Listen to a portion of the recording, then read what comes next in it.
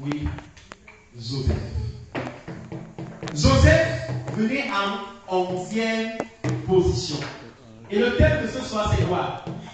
Devenir instoppable. Devenir instoppable. Dis à ton voisin, deviens instoppable ce soir. Deviens instoppable. Je pensais au chiffre 11 que Dieu m'a mis à cœur l'histoire de Joseph.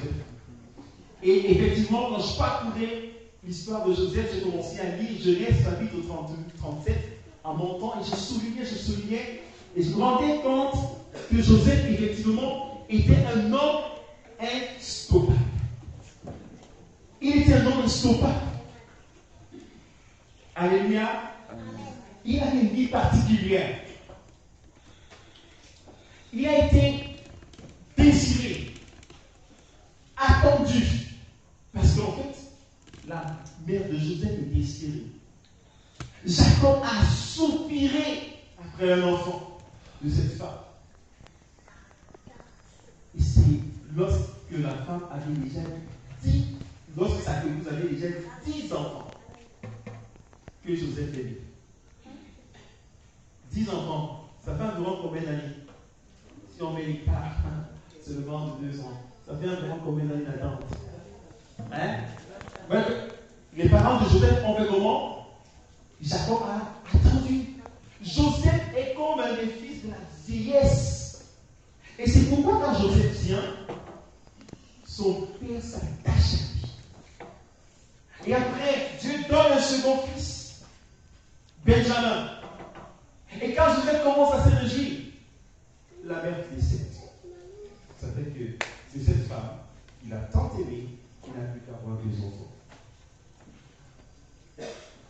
Nous parlons aujourd'hui du 11e mois. Et pour parler du 11e mois, nous allons passer en revue la vie du 11e fils de Jacob. Devenir instoppable. Joseph avait un rêve.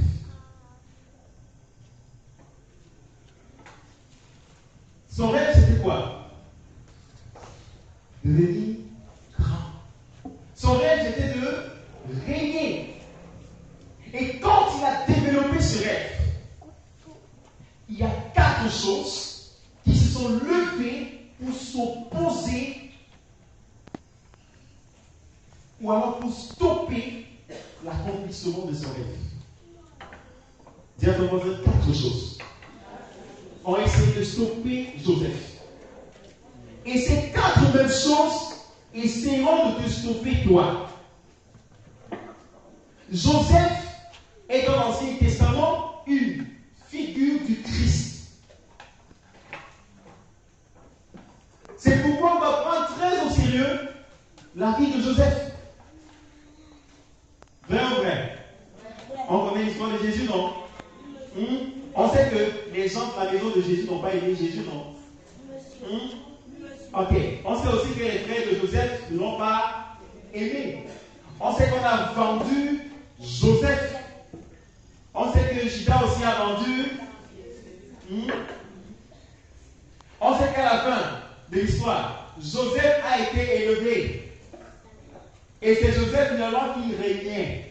Et on sait aussi qu'à la fin de l'histoire de Jésus, c'est lui qui a été élevé et qui régnait. On sait que Joseph a demeuré a marché dans la sainteté.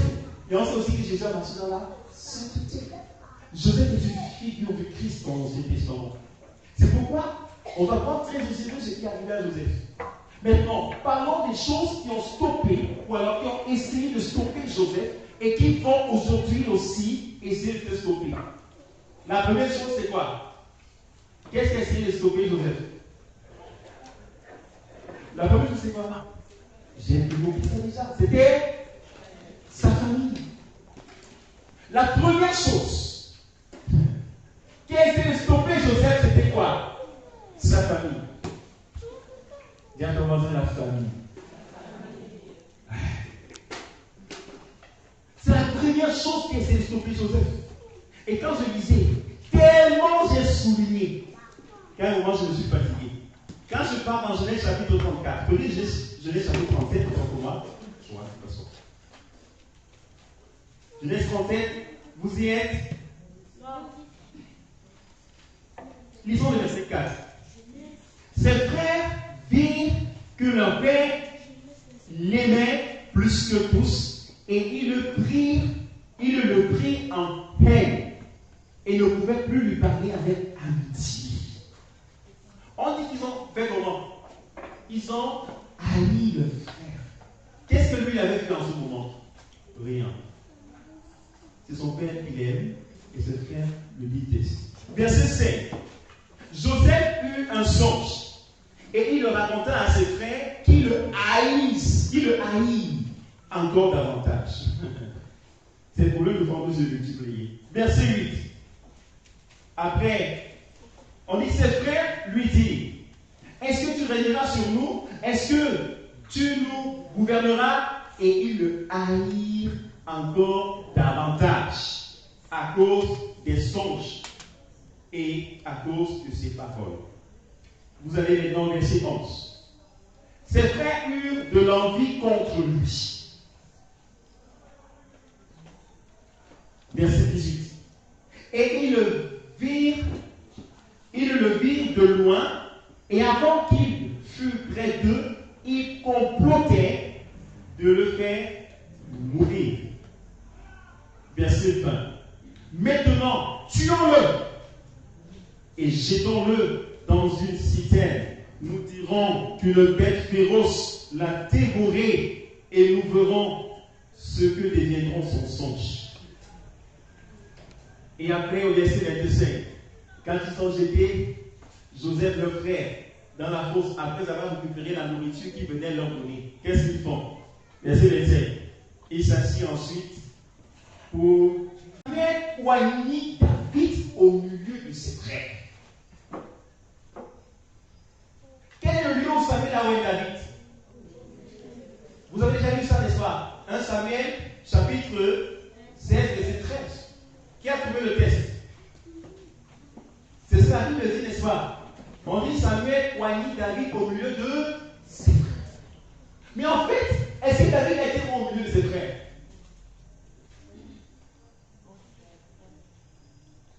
Là, qui raconte, qui dit que David a été au milieu de ses frères? Qui parle? C'est qui? Samuel. C'est Samuel qui parle, effectivement. C'est ça, Emmanuel. C'est Samuel qui relate et qui dit qu'il a oint David au milieu de ses frères. Mais qu'est-ce que David lui-même dit? Il dit qu'on ne l'a pas oint au milieu de ses frères. C'est ça. Prenons le psaume 23.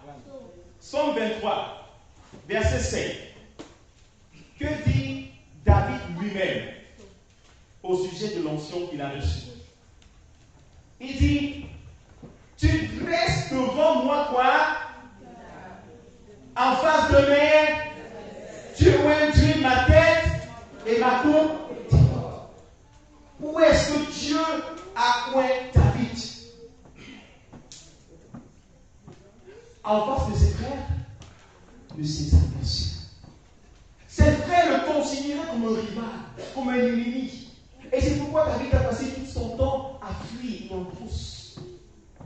Ses frères étaient pour lui un obstacle. Même les frères de Jésus ne l'ont pas accueilli. Et il a dit quoi? Nul n'est profit juste. C'est pour dire, mes frères et sœurs, que si vous voulez compter sur votre famille pour servir le Seigneur, vous avez échoué. Il y a des gens qui sont encore des bébés, qui attendent tout que papa ou maman leur donne l'autorisation pour faire le moindre pas sur le plan spirituel. Ces personnes sont destinées à échouer. Pourquoi? Parce que le Père protecteur ne va pas te laisser tomber.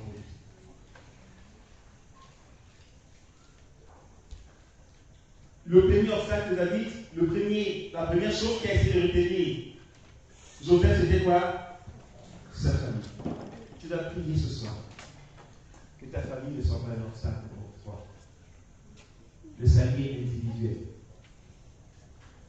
Personne n'ira au ciel parce que son frère l'a précédé dans la foi. Jésus a dit, crois que tu seras sauvé pour ta famille. Parce qu'en fait, tu seras un canal pour l'évangélisation de ta famille. Mais la famille peut avoir une très mauvaise influence sur toi. C'est pourquoi nous devons être des meilleurs d'ordre, des leaders. C'est pourquoi quand nous croyons, nous devons travailler en l'élément de nos familles dans ce que nous avons reçu. Au début, la mère de Jésus s'est fâchée. Pourquoi? Parce que Jésus est resté au temple. Alors qu'elle descendait à Jérusalem. Qu'est-ce qu'elle a dit? Elle s'est fâchée. Et qu'est-ce que tu fais là? Ton père et moi nous te cherchons. Qu'est-ce qu'il a dit? Femme, ne faut-il pas que je m'occupe des affaires de mon père? Si il avait seulement écouté Marie, il devait être un beau garçon de ménage. Mais à un moment où il devait sortir, c'est pourquoi au départ, sa mère ne comprenait pas. Quand sa mère s'est très bien le chercher, on dit, mais où est cet enfant Jésus? Où est le petit Jésus? Il est déjà trop prétentieux, il parle déjà trop. Qu'est-ce qu'il dit? Quand on lui dit, ta mère te fait de chercher, il dit, mais qui est ma mère qui sont mes frères? Ma mère et mes frères sont ceux qui écoutent la parole de Dieu et qui la mettent en pratique. Il y a des gens ici qui ont placé leurs parents avant Dieu. Il y a des gens ici, tant que maman n'a pas dit, tant que papa n'a pas dit, on ne fait pas. Même si Dieu a dit. Fais attention. Personne ne peut t'aider plus que Dieu. Personne ne peut te vouloir le bien plus que Dieu. Le premier obstacle de la famille, le premier obstacle qui s'est dressé pour empêcher ou pour stopper la course de Joseph, c'était sa famille. Alors faites attention à sa famille. On ne dit pas qu'il faut haïr sa famille. Il faut faire confiance à sa famille. Amen. Les gens sont prêts à mourir pour leur enfant. Qui est prêt à mourir pour son enfant ici? Toutes les femmes qui accouchent vont me dire ça. Mais combien sont prêts à mourir pour le Seigneur Jésus? Fais attention à la famille. Le Seigneur dit que tout ce qui est plus pour lui est une œuvre. Dieu donne un enfant à Abraham. Abraham a attendu cet enfant. Et à un moment, Dieu se rend compte que l'enfant a pris une trop grande place. C'est pas ça. Le joie. Il se rend compte que l'enfant a pris une trop grande place dans le cœur. Et qu'est-ce que Dieu dit? Tue l'enfant.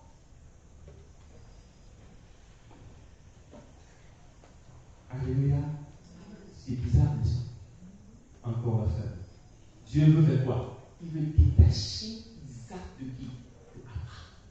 Dieu veut montrer à Abraham qu'en fait, Isaac là, il m'appartient. Et c'est moi qui te l'ai prêté. Il ne peut pas passer avant moi. Mais très souvent, nous faisons passer la famille avant. Pourtant, dans la famille là, il y a des gens qui veulent nous tuer. Il y a des gens qui nous détestent.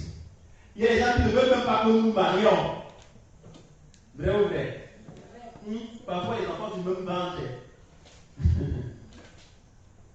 C'est le premier obstacle.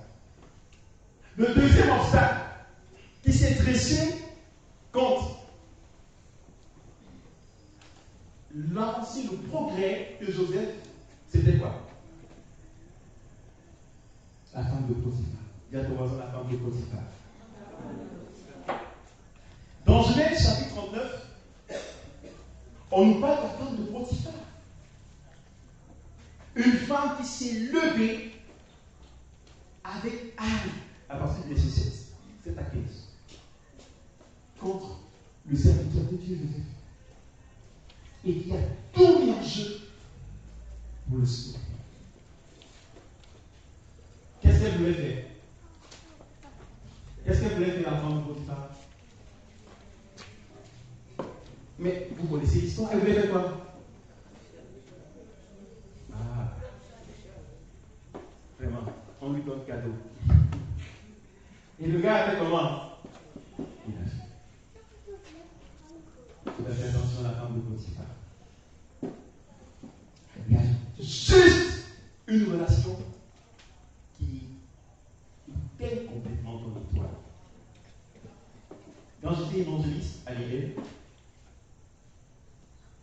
Quand je suis arrivé là-bas, j'ai commencé, par la grâce de Dieu, le Seigneur a guidé vers moi beaucoup de personnes que j'encadrais. Et un jour, une jeune fille s'est présentée à l'église. Quand j'arrivais au départ, il y avait à peine 20 personnes dans la communauté. Et la communauté a commencé à grandir, et après il y a des jeunes du quartier qui ont commencé à venir. Et il y a une jeune fille très belle de figure qui est venue, qui s'est présentée et qui a dit: je suis de passage, je viens de Douala, je vais rentrer à la rentrée. Et le Seigneur m'a mis à cœur de l'encadrer aussi comme les autres jeunes. Et quand j'ai commencé à prier pour elle, elle est tombée, elle était possible. Cette fille, comme les autres que j'encadrais, qui étaient aussi tenues par les esprits, a passé beaucoup de temps tenue par les esprits. J'ai passé mon temps à prier comme les esprits. J'ai passé tout mon temps parce qu'en fait, dès que j'engageais un programme de lecture de la Bible, elle tombait et elle commençait à crier comme ça, on peut la tuer. Et j'ai laissé la Bible, je commençais à chasser les démons. Dès que je partais commencer à préparer la prédication, elle tombe en transe et elle fait les trucs et je laisse la préparation, je prie toute la soirée, je chasse les démons. Le matin, je suis fatigué, je passe seulement prêcher. Ça a duré pendant longtemps et je n'ai pas compris. Et un jour, j'étais fatigué, j'ai dit à Dieu: Seigneur, je peux plus. Comment je peux chasser un démon pendant 3 mois, 4 mois, il ne parle pas? Ce que Dieu m'a dit, c'est qu'en fait, tu as passé 4 mois à parler au diable. Et Dieu m'a parlé. Et il m'a enseigné quelque chose sur cet enfant. Quand mon épouse, qui était ma fiancée à l'époque, est venue, la première fois devant une visite là-bas, elle m'a dit: fais attention à tes filles. Je dis: pourquoi? Elle me dit: elle me regarde pas comme sa mère, elle me regarde comme une rivale. Je dis: oh, gosse, tu es jalouse. Tu es jalouse. Non, on a fait quoi? Un enfant est bien. Et c'est quand je partais de là-bas, et par la suite, on a prié, et le Seigneur a permis qu'elle soit libérée pour écouter l'histoire. Et c'est quand je partais de là que la fille m'a abordé et m'a dit: papa, je vais te faire une confession. Je dis: oui, je t'écoute. Et elle me dit: je voulais te dire que tu as été un bon père pour moi. Je lui dis: merci. Elle me dit: tu as été un très bon père. Je lui dis: merci. Elle dit: un vrai père. Qu'est-ce que cela sous-entend? Elle me dit: en fait, j'étais envoyé dans ta maison en mission. Je dis: comment ça? Elle dit: je suis venu pour une seule chose, coucher avec toi. Et c'est pour ça que je suis parti de Douala. J'étais en mission. Et tout ce que je faisais, c'était pour te séduire. Et un jour même, quand tu étais déjà faible spirituellement, tu ne priais même plus, tu ne jeûnais plus, tu ne sais pas la bouche assez démons, tu étais devenu accessible. Et quand je suis venu, j'ai versé une poudre sur toi. J'étais hypnotisé sur lui. Et quand j'ai voulu monter sur toi, j'ai vu que tu étais tous les crasseux, tu avais le visage de mon père, Dieu de 75 ans, la barbe, moustache. Et j'ai dit: non, ce n'est pas lui. Et on m'a frappé. On m'a dit: c'est lui. Je suis revenu, j'ai dit: c'était mon vieux père. Je suis retourné, on m'a dit: frappe-le, pas, c'est lui. Et je n'ai pas cru parce que je voyais le visage de mon père. Et il me dit: ce soir, j'ai compris que tu m'aimais vraiment comme un père et que tu n'avais pas d'arrière-pensée. Et je crois que c'est ça qui t'a sauvé. Et j'ai béni le Seigneur. Bien-aimé, 6 mois dans une chambre, dans une chambre, dans une maison, avec quelqu'un qui a une mission de te séduire. C'est facile ça. Elles sont nombreuses. Les Isabelles sont nombreuses. Et elle m'a dit: un seul rapport, je voulais juste un rapport avec toi. Et les étoiles qu'on vole, qu'on aspire. Et c'est pourquoi vous allez voir une grande personne. Dans la plupart des traditions, il y a une histoire du sexe. Vous savez ça? Dans la plupart des traditions, le sexe est interdit. Le sexe est une des plus grandes armes que le diable utilise pour aspirer l'étoile et assombrir la gloire des hommes. C'est pourquoi quand tu marches avec ton truc comme la torche là, je suis pas là. Très souvent, quand tu fais comme ça, tu finis aussi en rien. Joseph a su se contrôler. Dit, tu dois faire attention à la femme de Potiphar. Elle est mal, la femme de Potiphar. Elle travaille pour te faire tomber dans le péché de dans la débauche. La Bible dit, dis-leur les impudiques. La Bible dit que les impudiques n'hériteront pas. Alors fais attention à la femme de Potiphar. On va lire rapidement. Le troisième obstacle à la progression de Joseph, c'était la prison. Joseph a travaillé, il a résisté au péché. Et la récompense, c'est quoi? On a jeté en prison. Dis gloire à Dieu. Est-ce que tu sais que si tu t'abstiens, si tu combats le mal, si tu restes attaché à Dieu, ça ne va pas t'épargner des souffrances. On a jeté en prison. C'était un obstacle. Et il a fait combien de temps en prison? Ce que je sais, dans Genèse, chapitre 37, on dit que Joseph a eu son songe à quel âge? Premier songe à quel âge? Il avait, verset 2, voici la propriété de Jacob. Joseph, âgé de 17 ans, faisait paître le troupeau de son père. Cet enfant était auprès de toi. On commence à parler de lui à quel âge? 17 ans. C'est à 17 ans qu'il a son songe. Mais à quel âge il sort de la prison? Pour régner? À 30 ans. 30 ans. Ça fait combien d'années? Je ne sais pas combien de temps il a eu en prison. Mais il a tué la prison. La prison est un obstacle. Dieu lui a dit, tu vas régner. Mais il se trouve où? En prison. Est-ce qu'il régnait en prison? Oui, il dirigeait, mais ce n'était pas ça le règne auquel il aspirait. Il voulait voir les nations se prosterner. Le troisième obstacle, le quatrième obstacle à la progression de Joseph, c'était ses collègues, ses camarades en prison. Tu dois faire attention à tes camarades. Bon, la prison est quelque chose physique et quelque chose spirituel. Les camarades. Joseph a aidé les gens. Il s'est montré gentil. Il les a aidés. Mais qu'est-ce qu'il leur dit? Il leur dit, quand vous serez sortis, chapitre 40, verset 14, quand vous serez sortis, pensez à moi. Souvenez-vous de moi. Mais au chapitre 41, verset 1, on dit quoi? Au bout de 2 ans, Pharaon eut un songe. Voici qu'il se tenait près du fleuve. Donc, c'est 2 ans après, Joseph a aidé les chansons. Il lui a dit, voilà le rêve que tu as reçu, voilà l'interprétation. Dieu va te faire sortir, Dieu va te rétablir. Et quand Dieu va te rétablir et que tu seras chez le roi, souviens-toi de moi. Mais la Bible dit que c'est combien de temps après? 2 ans après. C'est notre lorsque le parent rêve, que le gars se réveille et dit, il y avait quelqu'un qui était près des rêves. Parce qu'il a senti que le parent était compris. 2 ans. Donc, le gars aurait pu faire quelque chose, mais il a fait 2 ans sans agir.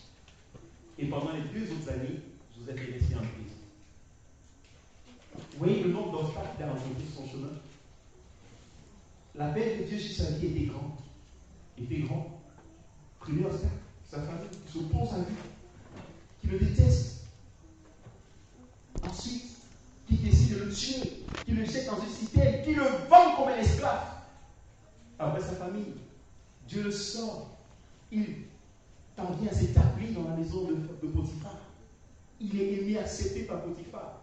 La femme de Potiphar qui s'est sur lui. Donne ma part. Donne ma part. Et quand il refuse, on l'envoie en prison. Et pendant au moins 13 ans, il est en prison. Et c'est quand il sort de la prison, il est rétabli. Quelles sont les clés qui ont rendu Joseph instoppable? Voilà le cœur de votre enseignement ce soir et de votre prière. Nous allons parler des clés qui ont rendu Joseph instoppable. Bien aimé, si tu comprends ces choses, l'ennemi contre toi ne va pas arriver. L'ennemi a des projets contre toi, ça c'est clair. Tu ne peux pas empêcher à Satan de t'attaquer ou de développer des projets contre toi. La Bible dit que son nom c'est Diablos, l'adversaire. Il est l'adversaire, il est l'accusateur, il est l'ennemi de nos frères. Et il ne vient dans un seul but, Jean 10, détruire, égorger et ruiner. Donc tu ne peux pas empêcher au diable de planifier, de te tuer, de te détruire, non. Mais tu peux empêcher que son projet n'arrive. Une femme qui tombe enceinte, l'enfant là doit seulement naître. Mais on peut faire avorter aussi, avant que ça n'arrive. La Bible dit que le méchant conçoit le mal, mais il enfante le néant. La Bible dit que toute âme forgée contre vous sera sans effet. Il y aura des âmes contre vous. Qu'est-ce qui a permis à Joseph de tenir malgré l'adversité? Malgré ces années de prison, ces années d'oppression, d'oppression de tout ça. Qu'est-ce qui a permis? On a tué sa destinée. Parce que la destinée se cache dans quoi? Tu dois faire attention. Tu dois rêver. Dis à ton voisin, tu dois rêver. Regardez un peu la vie de Joseph. Genèse 42. J'ai parcouru et j'ai vu combien Joseph était attaché à son rêve. Verset 9. On dit, Joseph se souvint de son songe qu'il avait eu à leur sujet et leur. Il s'est souvenu de quoi? Son songe. Le verset 10. Bon, c'était pas là, verset 10, mais là, je crois que je me suis un peu emballé dans les notes. Mais à plusieurs reprises, on devait savoir que Joseph n'avait pas oublié son rêve. Amen. Il a rêvé et il se souvint de son songe. Le rêve de David. Et c'est ce qui a alimenté sa vie de foi. Et ce qui a alimenté son combat. Lorsque nous allons à l'hôpital, même quand le médecin se rend compte que ça ne va pas, il te demande de faire quoi? De croire. Croire, c'est quoi? C'est rêver que ça va aller. C'est penser que tu vas encore faire des projets, que tu peux encore accomplir des choses. Il t'invite à rêver. Est-ce que toi, chrétien, tu rêves? Quel est le rêve? Quel est le rêve que tu as reçu de Dieu? Quel est le rêve que tu as pour ta propre vie? Joseph s'est souvenu de son rêve. Joseph avait un rêve. Il savait qu'il était appelé à rêver. Il n'a jamais oublié son rêve. La vérité, c'est que ceux qui ne rêvent pas font quand même des cauchemars.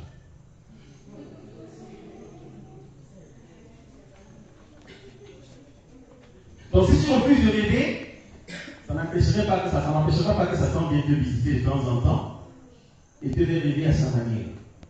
Dis à ton voisin, tu dois rêver. Tu dois rêver. Pourquoi tu dois rêver? Parce qu'en fait, le rêve nourrit l'ambition. Martin Luther, qui avait dit quoi? I have a dream. Il avait un rêve. Qu'est-ce qu'il a amené à être zélé? C'est le rêve qu'il avait. Celui de voir les Noirs américains diriger, marcher librement, accomplir librement des missions aux États-Unis. Nelson Mandela veut se battre. Pourquoi? Parce qu'il avait un rêve. Le rêve nourrit l'ambition. Et on peut tuer un homme, mais on ne peut pas tuer son rêve. On a tué Martin Luther King, qui avait dit, I have a dream, qui avait dit, je vois un noir diriger. On a tué l'homme, mais le rêve c'est réalisé. C'est pourquoi ne laissez jamais les hommes m'empêcher de rêver. Joseph était le 11e, il n'était pas le plus grand. Sur le plan de la position. Mais sur le plan prophétique, il était le plus grand. Pourquoi? Parce qu'il avait un rêve. Il avait un rêve. Ce qui fait la grandeur de l'homme, l'importance de l'homme, ce n'est pas sa position, mais c'est la révélation qui soutient sa vie, qui soutient sa vie. Il avait une révélation, il avait un mandat, il savait pourquoi il était là. Et c'est ça qu'il a élevé. Il savait qui il était, et il savait ce qu'il était appelé à faire. La vérité, c'est que Dieu ne mettra jamais quelque chose dans la main d'un homme avant d'avoir mis dans sa tête. Qu'est-ce que je veux dire? Que Dieu, avant de mettre quelque chose dans ta main, met d'abord dans ta tête et ensuite dans ton cœur. C'est pourquoi il dit que nous obtenons par la foi. La foi précède la vie. Donc tu dois croire, tu dois crier, tu dois t'attendre. Si tu ne t'attends pas à voir les morts ressusciter, tu ne verras aucun mort ressusciter. Qui rêve de ressusciter les morts? Pour combien de morts j'ai déjà prié? Ça veut dire que je ne rêve pas. Essaye, commence. Un rêveur. Il fait comme Nelson Kaola. Il cherche. Il dit, voilà mon standard. Voilà ce que je suis appelé à faire. Voilà ce que Dieu dit. Et il s'attend à ce que cela s'accomplisse.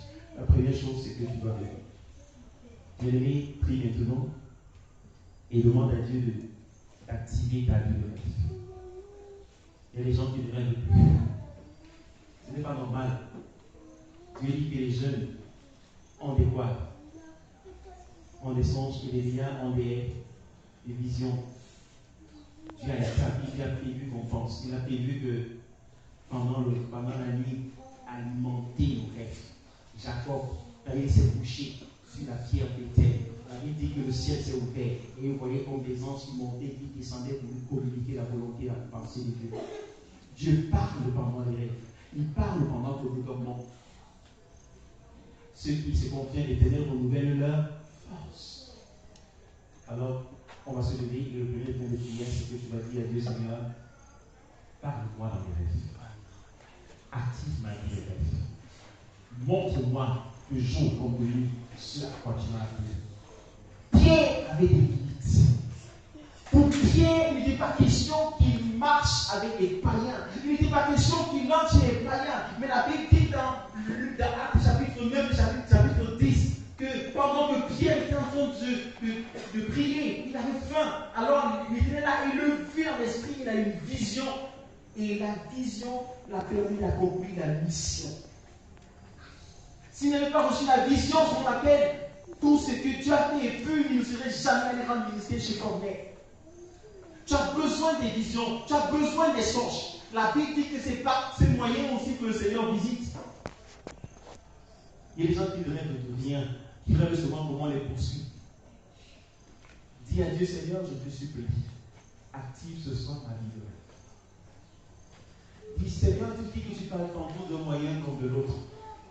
Maintenant, je veux rêver. Je veux te voir. Pendant la nuit, je n'autorise aucune autre visitation si ce n'est celle de ton Esprit Saint. Quand je vais me coucher pour dormir pendant ce mois, je veux que tu me montres sur quoi tu m'as destiné. Seigneur, tu as montré une formule mathématique à Caterpillar qui l'a permis de devenir le plus grand milliardaire quand il était juste dans un songe. Tu as montré, Seigneur, notre Dieu, au travers des oiseaux qui volaient aux enfants d'un pasteur, la formule qu'il fallait pour créer l'avion. Seigneur, montre-moi aujourd'hui ce pourquoi tu m'as appelé. Montre-moi ce que je dois faire. Montre-moi le rêve qui m'a dirigé, qui doit nourrir mon ambition. Prie, mon frère, prie. La Bible dit de prier. Prier, c'est parler. Parle à Dieu. Dis à Dieu, Seigneur, je ne veux plus demeurer dans la stagnation. Je veux pouvoir écarter et voir. Je veux avoir des ambitions qui sont nourries par la révélation que tu as de ma vie. Dis à Dieu, Seigneur, que ma vie de rêve soit activée, que ma vie de vision soit activée.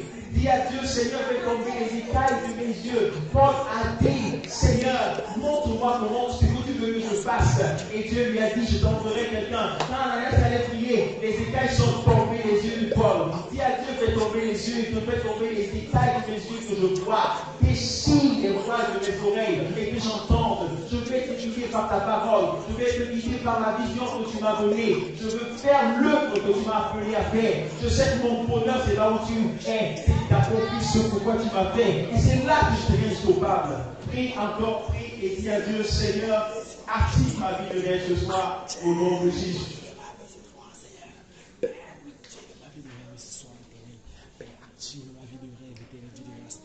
Viens le nourrir ta Père, nourris ma vie de rêve. Nourris-moi de soir que j'ai dit. Dieu a dit quoi? Dieu a dit quoi dans ta vie au sujet du mariage? Dieu a dit qu'il n'est pas bon que l'homme soit seul. Mais parce que tu as atteint 30 ans, tu dis que tu ne peux plus te marier. Dis à Dieu, donne-moi de rêver. Donne-moi de penser à cet homme que tu as préparé pour moi dans le secret. Montre-le-moi, Seigneur. Montre-le-moi, je veux le voir, afin que quand il viendra à moi, que je puisse l'identifier. Montre-moi cette personne que tu as préparée pour moi. Dieu a dit qu'au sujet de ta santé, il faut que tu rêves. Dieu a dit, vous avez été guéri par les meurtrissures de Jésus. Mais toi, tu continues à dire, parce que le médecin t'a dit que ta maladie est incurable. Dis à Dieu, Seigneur, je veux rêver, je veux te voir qui vient me toucher le soir pour me guérir. Je veux voir ta main se poser sur mon cœur pour guérir mon cœur des maladies cardiovasculaires et autres. Je veux voir ta main, Seigneur, agir dans ma vie. Dis à Dieu, Seigneur, rêve, commence à rêver, commence à développer des projets pour Dieu, commence à développer des projets avec Dieu. Dis, Seigneur, que ton rêve s'accomplisse, que ton rêve se manifeste pour moi. Je veux voir s'accomplir au nom de Jésus. Je veux le voir s'accomplir au nom de Jésus. Je veux le voir s'accomplir au nom de Jésus. Je veux le voir s'accomplir au nom de Jésus. Fais-moi rêver, Seigneur. Fais-moi voir ce que tu vois. Fais-moi entendre ce que tu peux dire. Je ne veux pas, Seigneur notre Dieu, entendre la voix de mon cœur, de ma pensée. Ça va me limiter. Mais je veux regarder et rester focalisé sur ce que toi tu veux me montrer, ce que toi tu veux me dire. Alléluia. Amen. Que le peuple de Dieu dise Amen. Amen. Amen. Asseyons-nous. Durant ce mois, développe le rêve. Avant de dormir, prie. Prie et dis à Dieu, Père, je n'autorise aucune visitation du diable dans mon sommeil. Pendant que je dors, je préfère que je me repose dans ton sein et que tes anges rentrent le ministère dans ma vie pour alimenter ma vie, pour rafraîchir ma vie, me communiquer ce que tu as prévu pour moi. Après, le diable s'attaque dans la pensée. Quand tu dors, tu rêves, tu vas t'empoisonner. Le matin, quelle est ta réaction? Quand tu as mangé la nuit, ta réaction c'est quoi le matin? Tu as peur, non? Hein? Et la peur là, c'est quoi? Ce matin, j'ai eu le statut de ma fille. Et elle a dit que la peur, ce n'est pas un sentiment. La peur, ce n'est pas quoi? Ce n'est pas une sensation. C'est un esprit démoniaque. C'est pourquoi Jésus a dit, n'aie pas peur, n'aie pas peur, n'aie pas peur. Il a dit plus de 360 fois dans la vie. Et qu'est-ce que le diable vient? Quand vous dormez, il vient semer quoi? L'ivraie. Il vient semer quoi? La peur. Semer le doute. Il a dit dans Jacques chapitre 1, verset 5, que si vous doutez, vous ne recevez rien de Dieu. Vous serez comme les vagues agitées par le vent, poussées d'un côté de l'autre. Et le verset 7 dit qu'un bel homme ne s'imagine pas qu'il recevra quelque chose de Dieu. Parce que c'est un homme irrésolu, inconstant dans toutes ses voies. Comme on dit quoi? Le doute, la peur exclut la foi et t'empêche d'entrer dans l'accomplissement. Amen. Tant que tu demeures dans le doute, dans la peur, tu ne verras rien. Et le diable seul, c'est avec la peur, avec les rêves. Tu connais quelqu'un qui a rêvé un jour et il a rêvé que quoi? On l'a tué. Le matin, qu'est-ce qu'il a fait? Un bon chrétien. Il a appelé maman au village et a dit pas chez lui. Est-ce que le diable a eu son effet, a atteint son but? Oui. Moi-même, le diable m'avait tenu dans les rêves. Il m'avait tenu, j'étais enfant de Dieu, bien enfant de Dieu. Mais il m'avait tenu dans les rêves. Je me voyais constamment en train de manger la nuit. Quand je me réveille, je me fâche de Dieu. Mais Seigneur, comment moi, ton enfant, je mange la nuit? Et puis je commençais à envoyer le feu. J'envoie le feu, j'envoie le fire. Et le diable était content. Toutes mes nuits, au lieu de me faire adorer, il me faisait envoyer le feu. Le feu, le feu, le feu. Le feu sur les cuisiniers de Dieu. Le feu sur les architectes de Dieu. Ceux qui vont acheter un outil, la Bible m'a demandé. J'envoie le feu, j'envoie le feu. J'avais déjà les pétroliers, tous ceux qui travaillent, qui cuisinaient le repas qu'on me donne la nuit. J'ai envoyé le feu. Et un jour, j'avais passé toute la journée dans la prière et dans le jeûne. Donc quand je m'endormais, je savais que j'étais dans la présence de Dieu. Je savais que j'étais dans les bras des anges. Et quand je me couche là, je dors, je mange encore. Comment ça peut m'arriver à moi? Je me suis fâché, mais je suis quand même ton serviteur, je suis quand même ton serviteur, je suis ton enfant, je suis ton machin. Et puis, moi, j'ai passé toute la journée. Comment le diable m'entend encore? Voilà qu'il m'a encore empoisonné. Mon ventre a commencé à tourner dedans. Ça fait même déjà un jar dedans. Je suis que c'est le poison. Et j'ai commencé à prendre l'huile, l'onction. Je dis, je bois, je me puise du sang de Jésus. Je me puise. Après, Dieu m'a enseigné, il m'a dit, mon fils, toi, tu es une écriture. Il m'a dit, tu n'es pas un homme de foi. Il m'a dit, rentre dans Marc 16. Il dit, Seigneur, je connais Marc 16. Tu as dit que voici ainsi qu'accompagneront ceux qui auront cru. À un moment, ils imposeront les mains aux malades. Les malades seront guéris. S'ils parleront de nouvelles langues, s'ils boivent des breuvages mortels, il ne leur arrivera aucun mal. Dieu me dit, qu'est-ce que j'ai dit? Tu m'as dit, je n'ai pas dit que tu ne vas pas boire. Mais j'ai dit que même s'il arrivait que tu boives, ça ne va rien te faire. Et quand j'ai eu la révélation, quand j'ai eu le réma, je me suis levé. Au lieu de pleurer, dire, oh mon ventre a gonflé, oh je fais mal. J'ai commencé à dire, oh Père, je te loue. Dès que je suis ton temple, avant que le diable ne vienne pour semer l'hiver, déjà tu avais envahi mon être. Et maintenant, même comme il a jeté ce poison, parce que tu es fidèle, tu as dit que aucun, même si je bois le poison, ça ne fera aucun mal. Alors je déclare que cela devient la vitamine pour mon corps au nom de Jésus. Et quand j'ai fait cette prière une seule fois, je n'ai plus levé le pas de lui. Parce que le diable a compris qu'il ne peut me tenir par ça. Il a compris que j'étais affranchi de la peur des rêves. Maintenant, quand je mange la nuit, je ne cesse plus. Il dit seulement, oh Satan, n'apporte pas seulement le vagabond, apporte le poisson de Dieu. Parce que Dieu me nourrit, il peut me nourrir aussi. La vie, il a nourri Job avec Élie, avec les corbeaux, il peut me nourrir aussi autrement. Alors ne me donne pas seulement des choses bizarres. Donne-moi les bonnes nourritures, je mange. Qui ne sait pas que Dieu nous nourrit en esprit? N'ayez plus peur. Le cancer est alimenté par la peur. La peur tue votre potentiel. Donc, rêvez. Rêvez. Choisissez ce que vous allez rêver. Sinon, le diable vous fait des cauchemars. Et au lieu de passer le temps à adorer le Père, vous allez vous focaliser sur votre réveil. J'ai chassé le démon pendant 6 mois. Et Dieu, quand j'ai dit à Dieu comment ça ne marche pas, il m'a dit, tu as passé 6 mois à parler au diable, tu ne m'as pas parlé pendant 6 mois. Il y a des chrétiens qui savent toute la nuit envoyer le feu, et qui ne peuvent pas passer 30 minutes d'adoration et de célébration. C'est ça l'erreur. On est plus conscient de la présence du diable que de la présence de Dieu. On croit plus que le diable est puissant que Dieu l'est. Et c'est ça qui rend le diable opérationnel dans nos vies. Moi, j'ignore le diable. Il n'est rien. La Bible dit qu'il est tombé. Jésus l'a précipité. Il est sous mes pieds. Mon père s'agit de Satan. Il t'aime. Tu as pas. Je marche. Et je ne le gère plus. Je regarde le Père et j'avance. Amen. Développez votre vie de rêve. La deuxième chose qui a rendu Joseph insurmontable, c'est que Joseph est un homme qui était déterminé à grandir.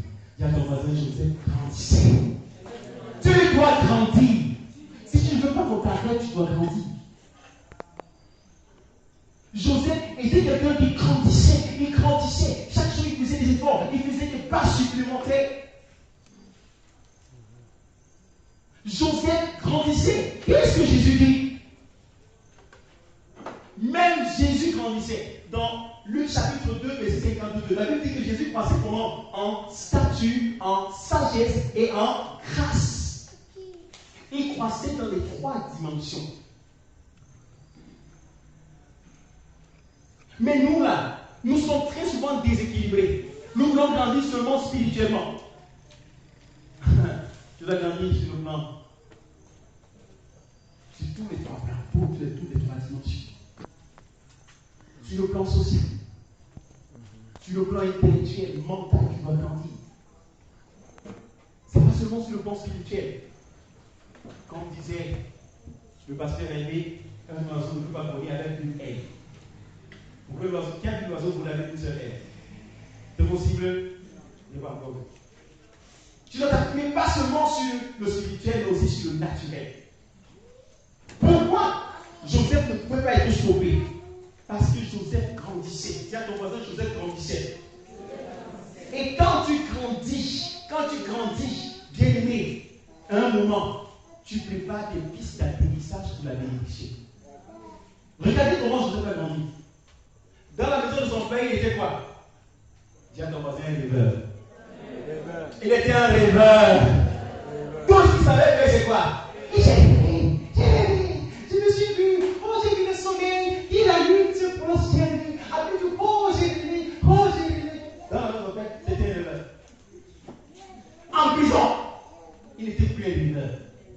Il était celui qui interprète les rêves. Est-ce qu'il n'a pas grandi? Ah, dis à ton voisin, Joseph a grandi. Joseph a grandi. Au départ, est-ce que tous ceux qui rêvent interprètent les rêves? Hein? Oui, même parents a rêvé, même Potiphar, même les chansons, le paradis ont rêvé. Mais la différence c'est quoi? Il n'arrivait pas à interpréter le. Mais maintenant, Joseph, au départ, rêvait et après il interprète les rêves en prison. Et quand il sort de la prison, il exécute il accomplit le rêve. Maintenant, il n'est plus seulement au niveau de celui qui dit. Il fait ce qu'il avait vu. Il gouverne. Il dirige. Pourquoi Joseph a dirigé? Pourquoi Joseph a gouverné? Allons dans la Bible. Vous allez voir que quand vous grandissez, vous appelez à vous des choses qui n'étaient pas encore manifestées. Quand Joseph, dans Genèse 41, le verset 39, la Bible dit ceci. Pharaon dit à Joseph, puisque Dieu t'a fait connaître toutes ces choses, il n'y a personne qui soit comment? Aussi intelligent et aussi sage que toi. Alléluia. Amen. Alléluia. Amen. Qu'est-ce que Pharaon, le roi, dit de Joseph? Dans tout son royaume, Joseph n'avait pas fait de grandes études. Il a passé son temps en prison dans le trou. Il a passé d'abord dans la fosse. Après la fosse, il ne sort pas en prison. Il fait 13 ans. Il sort de la prison. Qu'est-ce qu'on dit de lui? Un homme qui sort de la prison. Et les gars qui ont étudié la science de Belgique, là, il n'y a personne comme lui. Ça veut dire que Joseph allait grandir. Dieu nous a établis, il nous a appelés pour que nous grandissons. Et tant que tu ne grandis pas, on va te stopper. Si on voit des bébés aller à la prison, on va les stopper. Si on voit un bébé au volant d'une voiture, qu'est-ce qu'on fait? On met le stop. Vous-même, si vous voyez un bébé sur la moto, vous allez prendre la moto là. Vous allez dire que mon ami descend. Pourquoi? Parce que c'est un enfant. Si tu ne veux pas qu'on te stoppe, tu dois grandir. Tu dois atteindre la maturité. La Bible dit que lui là, planté, Apollos a arrosé, mais il y a quelqu'un qui va faire croître. Tu dois faire quelque chose. 3:2, je souhaite que tu sois en bonne santé et que tu prospères à tout égard dans tous les domaines. Comme prospère quoi? Mais ça veut dire que comme ton âme grandit, le domaine financier doit grandir, le domaine des affaires doit grandir, le domaine familial doit grandir, le domaine social doit grandir. Sinon, tu sais que tu n'es pas un chrétien. Il y a des chrétiens qui sont déséquilibrés. Ils parlent en langue, ils font tout ici, mais dehors là, ils ne sont rien. Après, ils vont parler en langue, ils vont dire, passer à parler, il va sachet pour moi, sachet d'eau pour moi. Frère, vraiment, il a dit qu'il faut être humble, il ne faut pas avoir honte. Là où tu me vois là, je n'ai même pas 5 ans dans ma bouche. Mais là, parce que tu dois dire parler en langue. Frère, donc parler en langue va te conduire à faire quelque chose. Ton réma doit te pousser dans quelque chose qui va t'ouvrir une porte. Quand David dit j'ai grandi, j'ai déi, je n'ai pas vu le juste mendier son peuple. Ni le fils de juste être abandonné. Mais toi, tu fais comment pour croire que tu parles en langue, tu vois Dieu et puis après tu vois les anges et après ils ne font rien dans ta vie? Ça te sert à quoi qu'on parlait en langue là? Depuis que tu pries, tu as compris quoi sur la terre. Un païen va te dire, mais je fais plus que toi. Parce que quand tu pries la nuit, il va lire les mathématiques. Et il vient, il te dévance. Moi, on doit être opérationnel. Tiens, moi, je dois être opérationnel. Je dois grandir. Bien-aimé, on doit grandir. On doit grandir. Prenons le psaume 82. Le psaume 92, je vous l'ai dit. Psaume 92. Écoutez ce que la Bible dit. Le verset 13. Les justes croissent comme le palmier. Ah. Comment est-ce que les justes font? Dieu a établi. Le principe, c'est quoi? Le juste doit croître. Dis à ton voisin, le juste doit croître. Si tu es enfant de Dieu, tu ne grandis pas. Et tu es un nain. Jésus a dit que quand l'arbre ne porte pas de fruits, on doit le couper, non? J'étais au feu. Quels sont les fruits que tu portes depuis que tu es chrétien? Quoi? Concret. Qu'est-ce que tu peux montrer? Qu'est-ce que tu as donné au monde? En quoi tu as été utile dans ta famille, dans ta société? Il dit, les justes croissent comme les palmiers. Comme le palmier. Il s'élève comme le cèdre du Liban.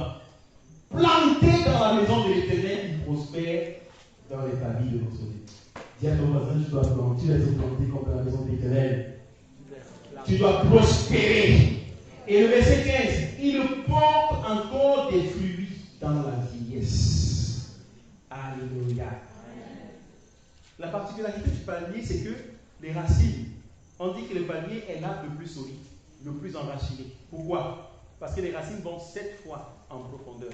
Donc quand tu vois la taille du palmier, la racine a 7 fois cette taille dans le sol. Et c'est pourquoi le palmier est une plante qui pousse même dans les endroits où la terre est sèche.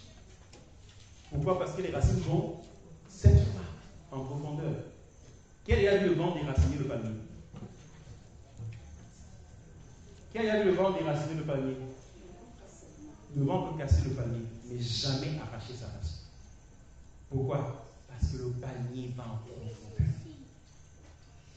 Il est enraciné. Et la Bible dit que le juste croit comme quoi? Comme le palmier. Le palmier bat le record aussi de la longévité. On dit ici que le juste croit comme le palmier. Il prospère.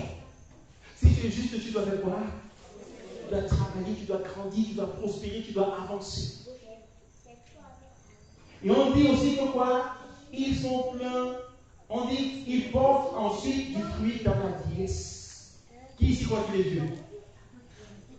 Dis à ton voisin, là, tu dois porter du fruit. Il n'y a pas de ménopause spirituelle, frère. Dis à ton voisin, il n'y a pas de ménopause spirituelle. Quel que soit ton âge, dans la foi, tu dois enfanter. Dieu s'attend à ce que tu portes le fruit comme le palmier dans la vieillesse. Caleb était âgé de 84 ans. Et il dit à Dieu quoi? Il dit que là, donne-moi quoi? La montagne. Mais il a dit qu'on a planifié. Il dit bon, je vais construire. Mais moi j'ai dit ça aux autres. Oh, Seigneur. Quand je pensais au plan de ma maison, j'ai dit il faut que je construise une grande chambre en bas parce que quand j'aurai déjà 60 ans, je vais pouvoir monter l'escalier. Je vais dormir en bas maintenant. Je quitte le haut. Non, je vais dormir en haut. Bien aimé, ne planifiez pas les projets de limitation de mort. Amen. On dit que les gars, à 84 ans, le gars peut construire sa maison sur la montagne. À 80 ans, tu as encore les projets. Et les gars qui ont le voir la mort. Tous ils savent que quand on y atteint 70 ans, Seigneur, j'ai quand même atteint. Et puis quand ils atteignent 80 ans, tu as dit que Seigneur, 80 ans, c'est le qui a dépassé 80 ans à le bonus. Voilà comment c'est qu'on prêche souvent dans les deuils. C'est un mensonge. Qui a dit ça? Dieu dit qu'on doit vivre 120 ans. Rêve de vivre 120 ans. Tu l'as dit que non. Que vraiment, maman telle a quand même atteint 82 ans. Donc elle a, les Bibles disent qu'elle est plus robuste. Donc elle a dépassé. Dieu a donné le bonus. Qui a dit que c'est le bonus? David est fâché. David dit, mais Seigneur, je ne comprends pas. Pourquoi les gens meurent si jeunes? Le plus fort maintenant vit à 80 ans. Mais quelqu'un dit maintenant que c'est ça la norme. Que quand tu atteins 80 ans, tu as rebouffer. Tu dois vivre longtemps. Amen. Planifie, rêve, fais des projets pour 100 ans. Que quand j'aurai 90 ans et que l'État va me donner la retraite, il faut que je construise un orphelinat. Amen. Amen. Fais des projets. Et maintenant, quand tu auras un projet, Dieu va te flatter sur le projet. Mais comme toi, ton projet, c'était limité pour 60 ans. Dieu m'a dit qu'il a accompli sa mission. Moi, il fait c'est tout. Et tu as tout fait, non? Tu as tout le temps. Tu n'as plus de rêve. Tu n'as plus de rêve, il faut que tu meurs. Dis à ton voisin, tu dois rêver. Tu dois grandir. Tu dois. On va se lever pour prier. Maintenant, tu vas prier pour grandir. Tu vas dire pendant ce mois, Seigneur, que moi grandir. Je suis enraciné comme un palmier. Je déclare que je trouve ma racine, Seigneur, en toi. Je suis établi sur le rocher et que les vagues ne vont pas me renverser. Prie et dis à Dieu, Seigneur, fais-moi grandir pendant cette mois. Fais-moi grandir dans le domaine des affaires. Fais-moi grandir dans le domaine sentimental. Fais-moi grandir dans le domaine spirituel. Fais-moi grandir sur le domaine professionnel. Fais-moi grandir dans tous les domaines. Je veux être une référence. Je veux être, Seigneur, un exemple. Je veux être un modèle. Seigneur, je refuse d'être un bébé. Je refuse, Seigneur, d'être un nourrisson. Je refuse de continuer à prendre le lait spirituel. Je refuse de donner l'offrande comme les enfants de la maternelle. Je veux donner l'offrande qui te représente et qui représente l'homme que je suis. Seigneur, je veux grandir. Dis à Dieu, je veux grandir. Grandir. Dis à Dieu, je veux grandir. Grandir dans mon temps de prière. Dis à Dieu, Seigneur, fais grandir ma vie de prière. Seigneur, fais grandir. Fais grandir ma vie de prière. Fais grandir mon temps d'écoute. Fais grandir mon temps d'écoute. Fais grandir, Seigneur, mon offrande. Je veux grandir dans les sacrifices que j'apporte dans ta maison. Je veux grandir, Seigneur, sur le plan familial. Tous les jours, mon mari me repose les mêmes choses. Il dit que je bavarde trop. Je veux grandir, Seigneur, dans le plan social, sur le plan familial. Je veux être le mari selon ton cœur, la femme selon ton cœur, l'adolescent selon ton cœur. Tous les jours, Seigneur, je veux battre contre ma situation. Je veux battre, Seigneur, contre l'électricité. Je veux grandir, je veux grandir, je veux grandir. Libère-moi, Seigneur, de ce qui était enfant. Tu as dit, Seigneur, hier j'étais enfant, mais aujourd'hui, devenu grand, je ne dois plus parler de la langue des enfants. Délivre-moi de la langue des enfants. Délivre-moi de ce qui est enfant. Délivre-moi de ce qui est enfant. Tu as dit que l'enfant n'hérite pas. Tu as dit que l'enfant n'hérite pas. Tu as dit que autant, aussi longtemps que l'enfant reste un enfant, l'héritier reste un enfant, il n'est pas différent d'un esclave. Seigneur, donne-moi de devenir un fils. Donne-moi de devenir un fils. Donne-moi de devenir un fils ce soir. Je veux devenir un fils dans ta maison. Je vais entreprendre des choses pour toi. Je vais entreprendre des choses pour ma société, pour ma famille. Au nom de Jésus. Au nom de Jésus. Dis à Dieu, Seigneur, fais de moi. Fais-moi grandir, fais-moi grandir, fais-moi grandir. Je refuse tes honneurs. Tu as dit que le juste croît comme le palmier. Seigneur, je veux grandir comme le palmier. Seigneur, je veux grandir comme le palmier. Permets que les racines maintenant, fais-moi d'être enraciné dans ta parole. Enraciné dans ta parole. Enraciné dans ta parole. Tu as dit que le juste prospère. Donne-moi de prospérer. Bénis mes mains en ce mois. Bénis ce que je touche. Bénis ce que j'entreprends. Tu as dit que le juste porte le fruit dans la vieillesse. Tu as dit que je ne connaissais pas le temps de pause. Je ne connaissais pas le pause spirituel. Je vais enfanter. J'aurai des enfants spirituels. J'aurai des filleuls que je vais encadrer. Même Seigneur à 50 ans, même à 100 ans, même à 120 ans, je continuerai à te servir. Je le prendrai par une crête. Je vais mourir les armes à la main. Je serai comme Moïse appelé et non pas Seigneur notre Dieu. Et non pas Seigneur notre Dieu disqualifié. Je vais travailler jusqu'à ce que tu reviennes. Comme Élie, je ne planifie pas la mort, mais je sais que je serai enlevé. Comme Enoch, je vais t'aimer jusqu'à la mort. Je ne vais pas, Seigneur, abandonner. Oui, Seigneur, être instoppable, c'est courir jusqu'à remporter le but. C'est juste courir jusqu'à remporter le prix. Je refuse de m'arrêter. Comme Paul, je veux frapper pas comme à l'aventure. Je veux frapper pas comme à l'aile, mais je veux frapper comme un guerrier. Je veux courir de manière à remporter le prix. Au nom de Jésus, dis à Dieu, je veux la couronne. Je veux la couronne. Je ne veux pas, Seigneur, être un perdant. Je ne veux pas me contenter de la deuxième place. Je veux me contenter de la troisième place. Mais je veux être la tête, Seigneur, dans ta maison. Je veux être la tête, Seigneur, dans la société. Seigneur, fais de moi la tête ce soir. Seigneur, fais de moi la tête ce soir. Je refuse d'être, Seigneur, notre Dieu au derrière, d'être, Seigneur, notre Dieu encore derrière. Dans ma famille, je veux être la tête. Partout, je veux être la tête. Parce que c'est la révélation qui qualifie. C'est la révélation qui a qualifié Joseph. La révélation de ta parole m'éclaire. Me donne la sagesse, me donne l'intelligence, me donne la qualification, me donne le positionnement. Au nom de Jésus. Au nom de Jésus. Au nom de Jésus. Amen. Acclame le Seigneur.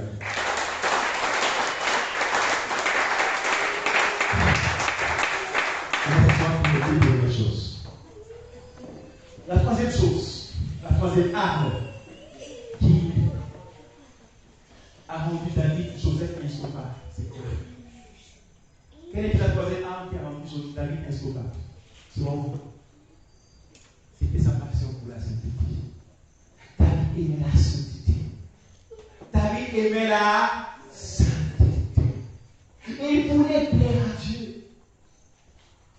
Il y avait la sainteté, il y avait la loyauté. Deux lois de la chanson. La loi de l'honneur et la loi de la fidélité. Amen. Prenons nos Bibles dans Genèse. Prenons nos Bibles dans Genèse, chapitre 39.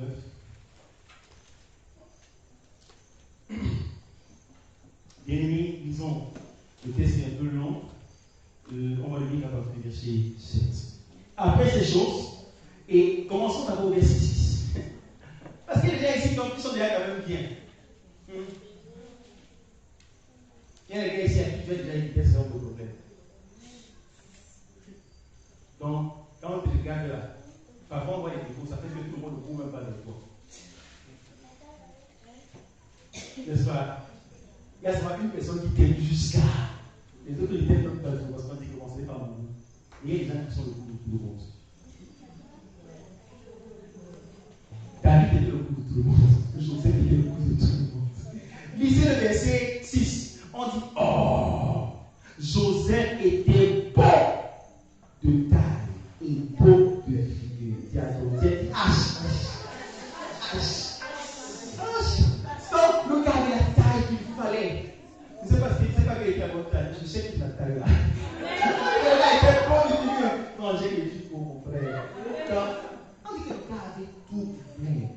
Il avait tout pour attirer.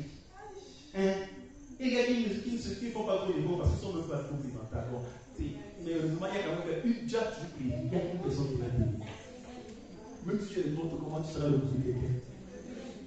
Il y a des gens qui sont le coup de tout le monde. Pas tout le monde va. Dès qu'il passe là, c'est tout le monde. Joseph était ce genre de personne. On dit des vraiment beau de taille et beau de. Et comme il était beau de taille et beau de figure, qu'est-ce qui s'est passé? Verset 7. Nous sommes au chapitre 39. Après ces choses, il arriva que la femme de son maître porta les yeux sur Joseph.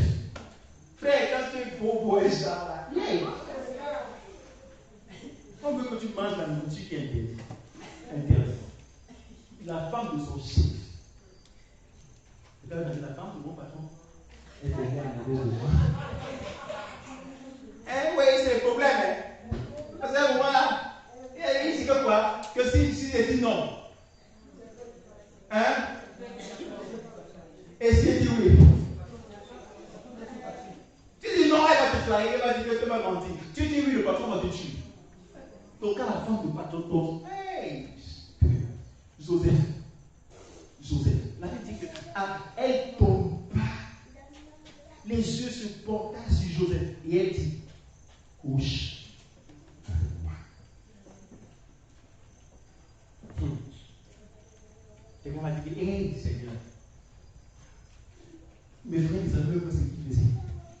Mais pour moi, il est à notre position. Que voilà que maintenant, là, pas besoin de faire les efforts.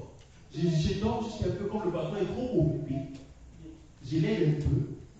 Et tous mes besoins sont couverts. Ouais, il y a des chrétiens qui font ça. Il y a des chrétiens qui ont 2-3 bureaux. Ils font ça.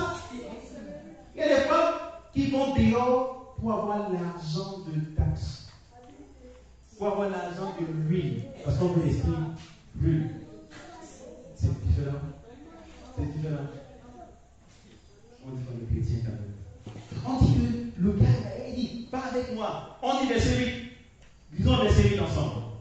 Il refusa et dit à la femme de son maître, voici, mon maître ne prend avec moi connaissance de rien dans la maison. Et il a remis entre mes mains tout ce qui lui appartient. Le chef a tout donné. Mais quand on te donne tout, on ne va pas prendre jusqu'à prendre la femme de l'homme. Il a dit lui-même. Verset 9. Il n'a pas plus que moi dans cette maison et il ne m'a rien interdit excepté toi. Parce que tu es sa femme. La conclusion m'intéresse. Comment pécherai-je? Comment ferai-je un aussi grand mal et pécherai-je contre Dieu? Deux lois. La première loi, c'est quoi? La loyauté. On t'a fait confiance, ne travaille pas la confiance qu'on t'a placée en toi. Amen. Parfois, quand on ouvre la porte, on te dit que bon, j'aime ma boutique. Tu es enfant de Dieu, non? Oui. Tu crois en Jésus-Christ? Oui, j'aime ma boutique. C'est quoi, enfant de Dieu qui vient, qui crée les fausses dans le crisson, qui envoie le salaire de ton patron là-bas? Et quand l'entreprise de ton côté, tu vas oui, t'as pas de boutique. Hein? On t'a fait confiance. Parce qu'on a fait confiance, on t'a donné certaines places, certaines positions. Fais attention. Les yeux de Dieu sont sur toi. Il dit comment ferais-je aussi grand mal à mon patron? Et comment pécherais-je contre lui? Et qu'est-ce qui fait la suite? J'aime la suite. Le verset 10, nous ensemble. Quoiqu'elle parla tous les jours à Joseph, il refusa de coucher auprès d'elle, d'être avec elle. Amen. Bien aimé, on dit qu'elle a traduit Joseph pendant combien de temps? Tous les jours, tous les jours. On appelle ça le harcèlement. Tous les jours. Tous les jours, ils disent, hé, tu ne me vois pas aussi. J'ai moi aussi peur. Tu me dis quoi? Tu n'es pas un homme. Comment tu ne vois rien? Tous les jours. Et tous les jours, Joseph ferme ses yeux. Joseph parle en langue. Joseph regarde à Dieu. Il bénit le Seigneur. Tous les jours. Et elle dit là, mais mon pasteur, je le vois. Et quand la petite peut passer, bientôt on va te proposer des choses. Le Seigneur a permis que tu sois là ce soir parce qu'il veut te faire échapper du fidèle de moi. Alors ce soir, tu vas faire de manière excessive. Tu vas parler à ton âme et dire à ton âme, attache-toi à l'Éternel. Tu vas honorer l'Éternel. Tu vas être loyal envers les personnes qui t'ont fait confiance. Si quelqu'un t'a confié sa boutique, gère avec loyauté, sois fidèle. Sois fidèle dans le poste qu'on t'a placé. Et en même temps, sois saint. Recherche la sainteté. Prie et dis à Dieu, Seigneur, je veux être saint. Dis à Dieu, change ma pensée. Et livre-moi, Seigneur, de toute pensée du péché, de tout ce qui m'attachait, m'entraînait au travers, m'entraînait à faire des choses que tu ne veux pas. Seigneur, purifie mon cœur, purifie ma pensée, purifie ma pensée. Prie à Dieu, mets la main sur ta tête et dis, Seigneur, purifie ma pensée, purifie ma pensée. Seigneur, je veux penser comme toi. Je veux que ce qui est saint, ce qui est digne d'approbation, ce qui est digne de louange, ce qui est digne de vertu, ce qui est digne, Seigneur, d'élévation, soit l'objet de ma pensée. Je refuse que mes pensées m'entraînent, Seigneur, dans le péché. Je refuse que ma pensée m'entraîne, Seigneur, autour de dans les choses qui donnent, pour lesquelles tu as du dégoût. John a dit, j'ai fait un pacte avec les yeux, pour ne pas porter des regards sur les femmes tièges. Porte tes mains sur les yeux. Seigneur, je fais un pacte avec mes yeux. Ne permets pas que mes yeux, mon regard se porte sur les choses qui vont souiller mon âme. Mon âme, Seigneur, je refuse que mon âme soit souillée. Je refuse que mon âme soit souillée parce que je regarde. Libère-moi, Seigneur, de la pornographie. Libère-moi, Seigneur, de la convoitise des yeux. Libère-moi de toute convoitise au nom de Jésus. Je refuse que mes yeux m'entraînent. Comme Job faisait un pacte avec ses yeux pour ne pas regarder les choses sales. Je déclare dans cette fin d'année, en ce ancien de moi, comme Joseph, je résiste, Seigneur, à toute tentative. Je refuse, Seigneur, je résiste, Seigneur, notre Dieu, à toute convoitise. Je résiste, Seigneur, à toute pensée impure. Je résiste, Seigneur, notre Dieu, à tout péché. Je marche dans la sainteté parce que tu m'as transporté du royaume des ténèbres à ton admirable lumière. Je déclare que je suis dans la lumière. Je suis établi dans la sainteté parce que tu m'as affranchi de l'esclavage du péché. Parce que tu as fait tomber les murs de séparation, les murs de péché. Je déclare que je suis saint parce que mon Dieu est saint. Je suis saint parce que mon Père est saint. Je suis saint parce que mon roi est saint. Seigneur, libère-moi. Libère-moi de tout péché.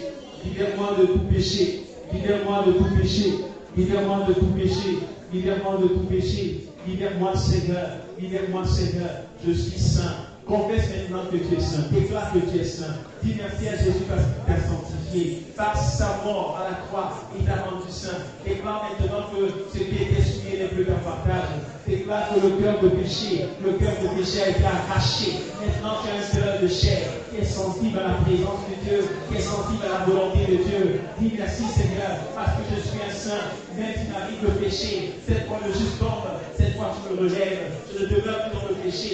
Le péché n'est plus ma condition. Le péché n'est plus ma condition. Dis merci, Seigneur, parce que tu crées la haine du péché dans mon cœur. Merci parce que tu me délivres du corps de péché. Merci parce que tu me revêts de ta sainteté comme le manteau.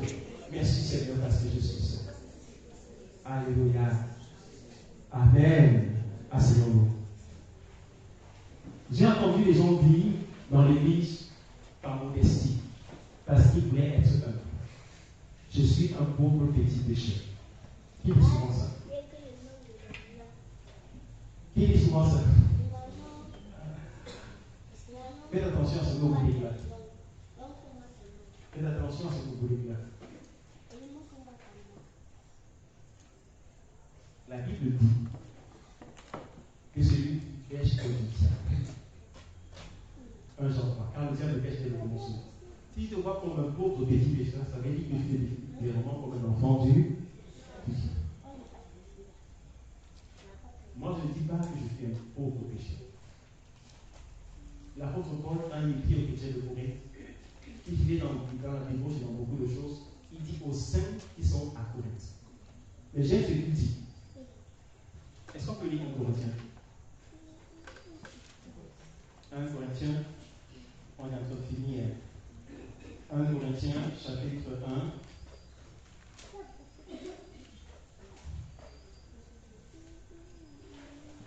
Verset 2.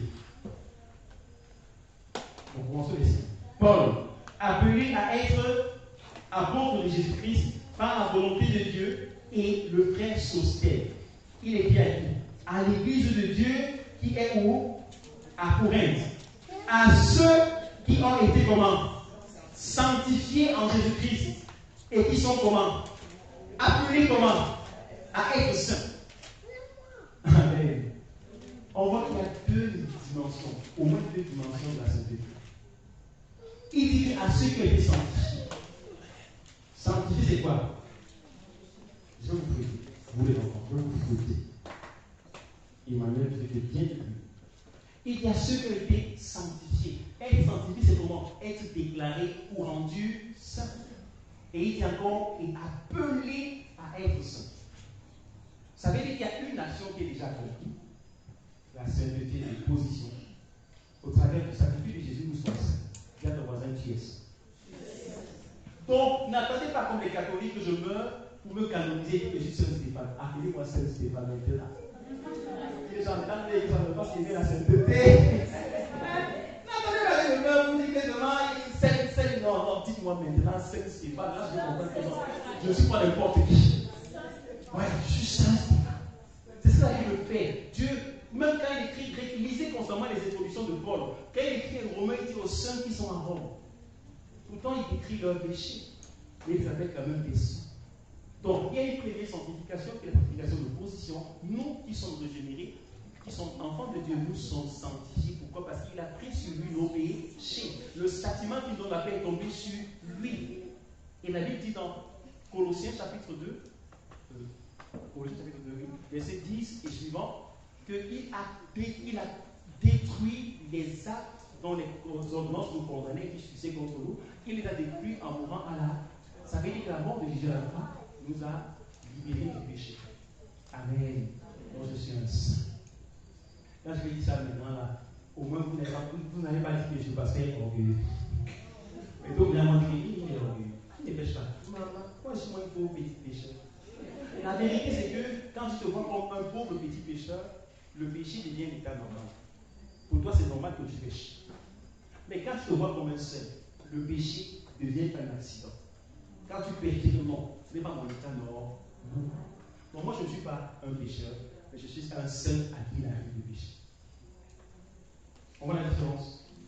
Je suis bien sanctifié, mais ça peut m'arriver de pécher. Je ne suis pas un pécheur qui vit dans le péché. Je suis pécheur dans le péché, je suis mort. Ça veut dire que Jésus n'a rien fait pour moi. Voyez-vous comme les saints qui peuvent pécher. Et la Bible dit que cette fois le juste tombe, cette fois l'Éternel le relève. Dernier point de prière. Joseph, une des choses qui rendait Joseph instoppable et qui va te rendre instoppable, c'est quoi? Joseph était un homme au grand cœur. Joseph était un homme qui pardonnait. Dis à ton voisin, tu dois pardonner. Dis à ton voisin, tu dois pardonner. Maintenant, dis-le à toi-même. Est-ce que tu vois tout le mal que les frères de Joseph lui ont fait? Tu as vu tout le mal qu'ils lui ont fait? Qu'est-ce que Joseph a fait? Qu'est-ce qu'il a fait? Lisons le chapitre 45, verset 5. Quand les frères neufs ont constaté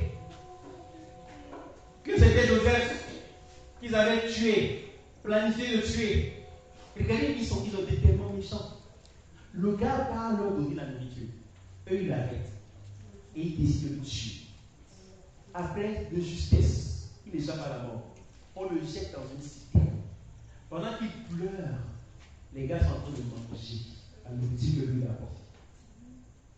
Ils restent tous dans le trou pendant longtemps. Il n'y avait même pas l'eau dans le trou. Et quand il ressort, on le ressort pourquoi? On le ressort pour le vendre comme un esclave. Si on devait sortir pour vous, pas le feu sur les ennemis. Quelqu'un dit, tu laisses. Qu'est-ce que lui il a fait? Verset 5, 45, 5. Maintenant, qu'est-ce que Joseph dit à ses frères? Quelqu'un qui dit à ses frères qui l'ont vendu, qui ont dit qu'ils vont le tuer. Maintenant, ne vous affligez pas et ne soyez pas fâchés de m'avoir vendu.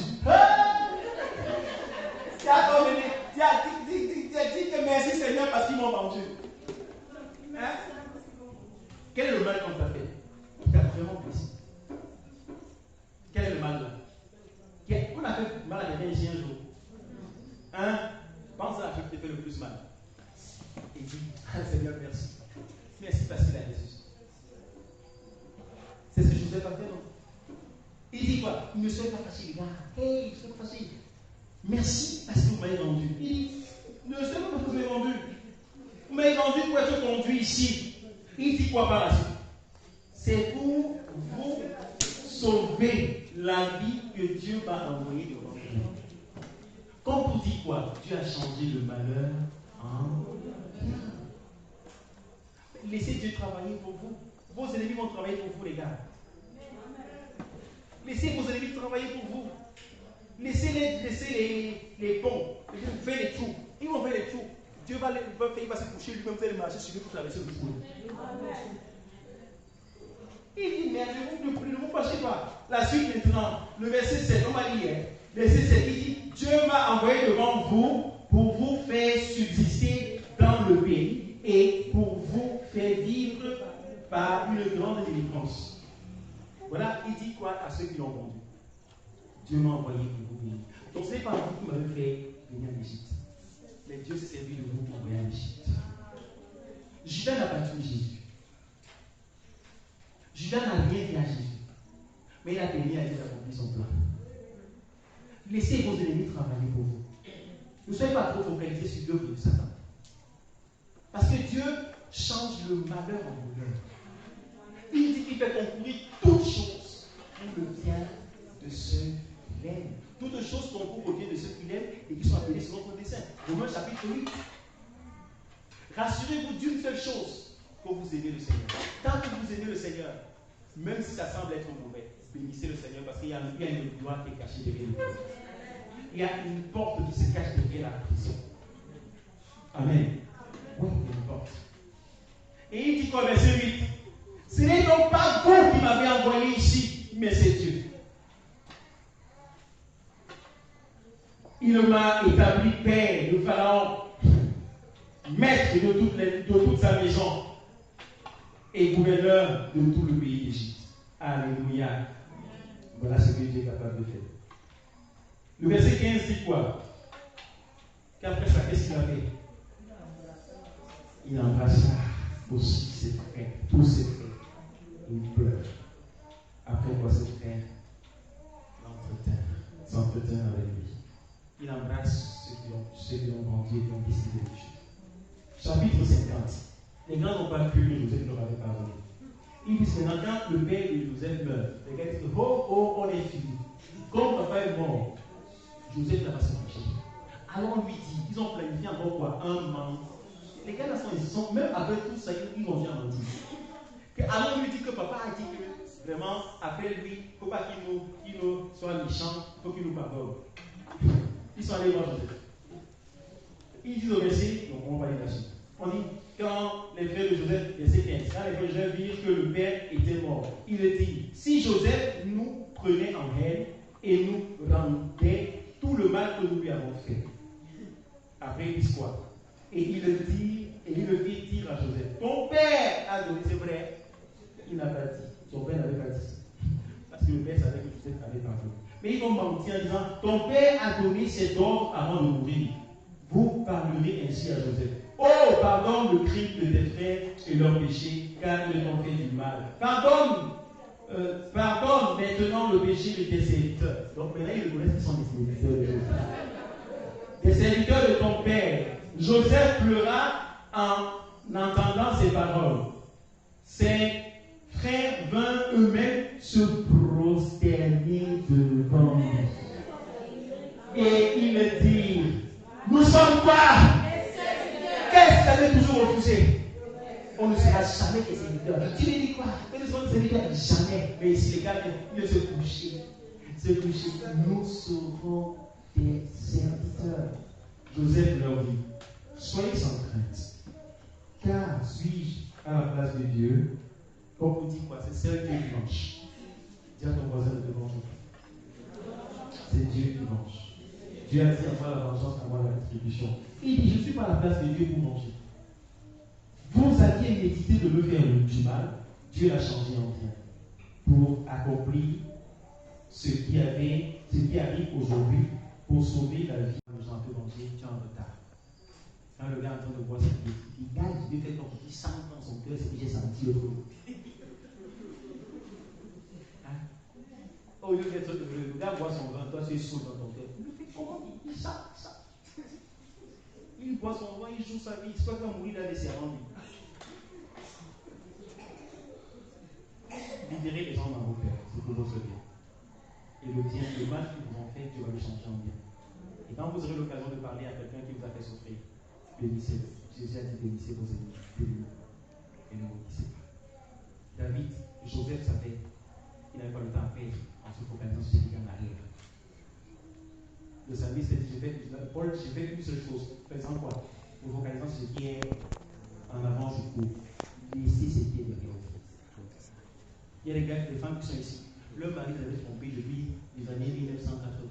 Il est mort un jour. Je l'avais d'abord trompé avec ma soeur. Depuis. Jusqu'aujourd'hui, la fille enchaînée, esclave du péché. Le gars fait que tu ne le vois plus. Tu vas mourir d'un maison. Et il va prendre une belle fille jeune. Tu vas te retrouver à comme ça, pas de changer.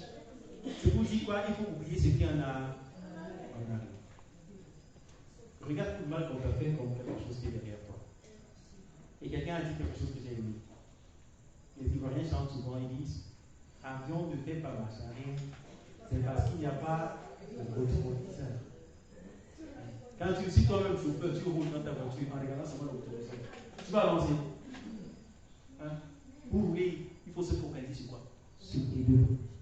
Alors oublie ce qui est derrière. Laisse le motoriseur. Et tu pourras avancer comme l'avion. Enlève-toi maintenant et tu pries. Pour demander à Dieu la capacité pour pardonner. Demande à Dieu la capacité pour pardonner comme lui l'a pardonné.